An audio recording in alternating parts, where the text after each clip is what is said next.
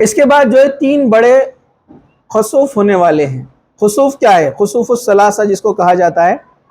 قیامت سے پہلے 3 مختلف جگہ سے خسف کے واقعات ہوں گے۔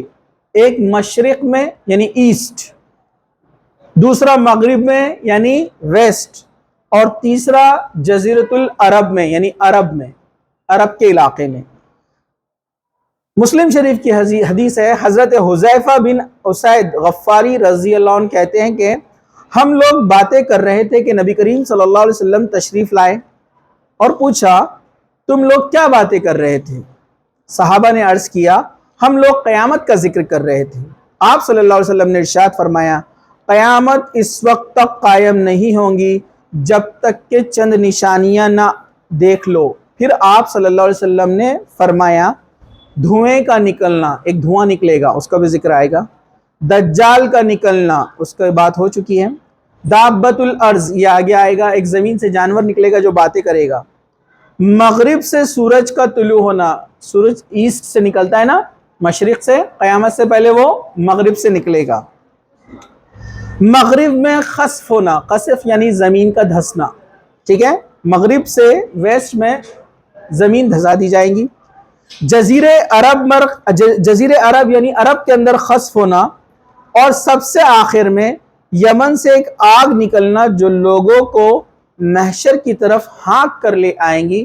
مقام محشر آپ جانتے ہیں نا، سیریا، پتہ ہے نا آپ کو، سیریا کی جو سرزمین ہے جس کو ہم کیا بولتے ہیں؟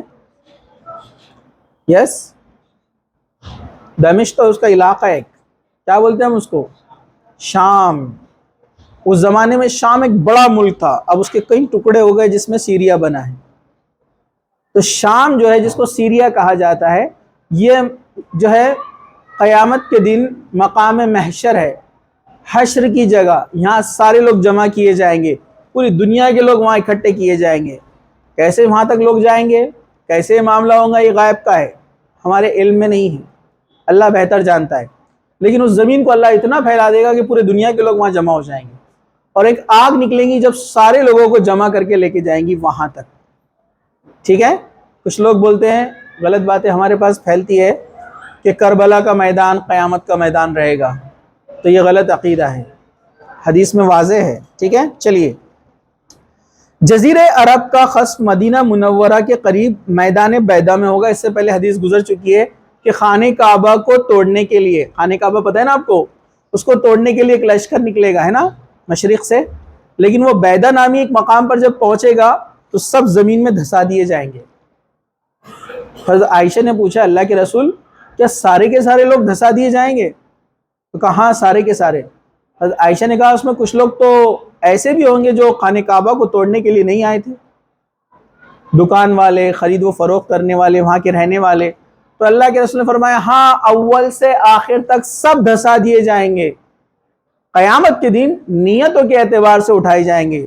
جن کی نیت تھی توڑنے کی وہ کفر کی حالت میں اٹھیں گے، جن کی نیت نہیں تھی لیکن وہ اس عذاب میں گرفتار ہوئے وہ قیامت کے دن ایمان کی حالت میں اٹھائے جائیں گے۔ تو نیتوں سے معاملہ طے ہوگا۔ مغرب کا خسف جو ہے امریکہ اور مشرق کا خسف غالباً جاپان میں ہوگا، واللہ عالم بالصواب۔ علماء نے یہ اندازہ لگایا کہ ویسٹ والا جو خسف ہے وہ امریکہ کی طرف یا یورپ کی طرف اشارہ کیا گیا ہے، اور مشرق کا جاپان وغیرہ کی طرف کچھ علماء نے اشارہ دیا ہے، لیکن انہوں نے لکھا ہے اس کے آگے واللہ عالم، اللہ بہتر جانتا ہے، اس کی کوئی واضح دلیل، کلیئر پروف نہیں ہے۔ چلیے، مغرب سے سورج کا طلوع ہونا، ابھی سورج کدھر سے نکلتا ہے؟ مشرق سے۔ آپ بولیں گے سورج نکلتا تھوڑی ہے، زمین گھومتی ہے نا، تو معنی وہی ہے، ابھی سورج نکلتا ہے مشرق کی طرف سے، مطلب زمین ایسے گھوم رہی ہے، برابر ہے کہ نہیں ہے؟ مغرب سے نکلنے کا مطلب یہ کہ زمین الٹا گھومنا شروع کر دیں گی، ٹھیک ہے۔ چلیے، قیامت سے قبل سورج مغرب سے طلوع ہوگا، حدیث اس طرح سے، غور سے سنیے، یہ مسلم شریف کی روایت ہے۔ حضرت ابو ہریرہ رضی اللہ عنہ کہتے ہیں کہ قیامت نہ ہوگی جب تک کہ سورج مغرب سے طلوع نہ ہو۔ سورج مغرب سے طلوع ہوگا تو سارے لوگ ایمان لے آئیں گے، لیکن اس روز ان کا ایمان لانا ان کو کوئی فائدہ نہیں دے گا۔ یا جس نے ایمان کے ساتھ اچھا عمل نہیں کیا ہے، اس کا مطلب یہ ہے، مطلب اس کو اس طرح سے ہم کہیں گے، اس روز ایمان لانا کسی کے لیے نفع بخش نہ ہوگا جو پہلے ایمان نہیں لایا تھا۔ یعنی سورج کا مغرب سے نکلنا، ویسٹ کی طرف سے نکلنا، یہ لاسٹ چانس ہوگا۔ اس کے بعد جو لوگ ایمان لے آئیں گے ان کا ایمان قابل قبول نہیں ہوگا، اس لیے توبہ بھی قبول نہیں ہوں گی، آپ کو معلوم ہے نا۔ تو مغرب جب سورج مغرب سے نکل جائے گا توبہ قبول نہیں ہوگی، ایمان لانا کوئی فائدہ نہیں دے گا۔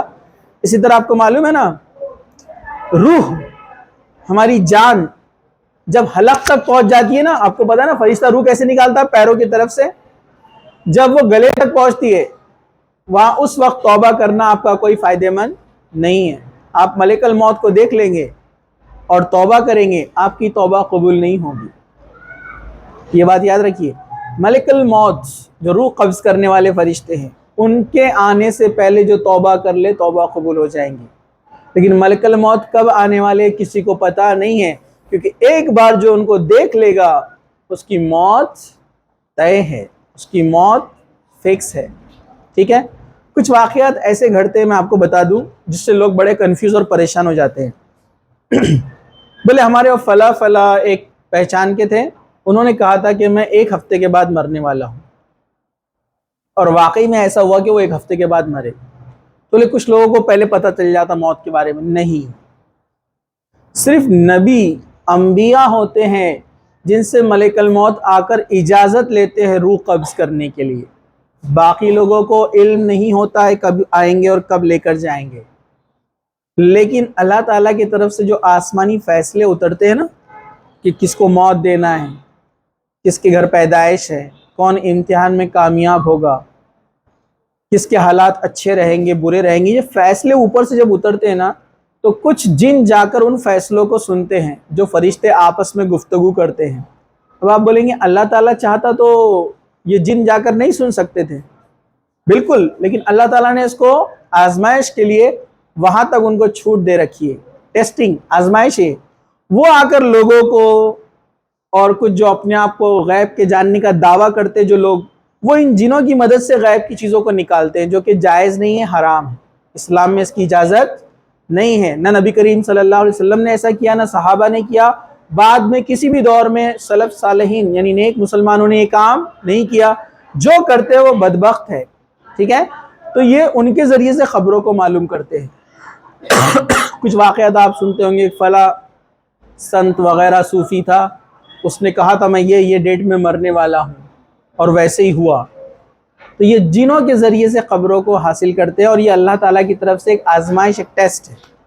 ٹھیک ہے، اس کے تعلق سے اور بھی باتیں انشاءاللہ ہم دیکھیں گے جب جن جادو کا معاملہ آئے گا، ایک ٹاپک، اس کے اوپر ہم انشاءاللہ اس کو دیکھیں گے۔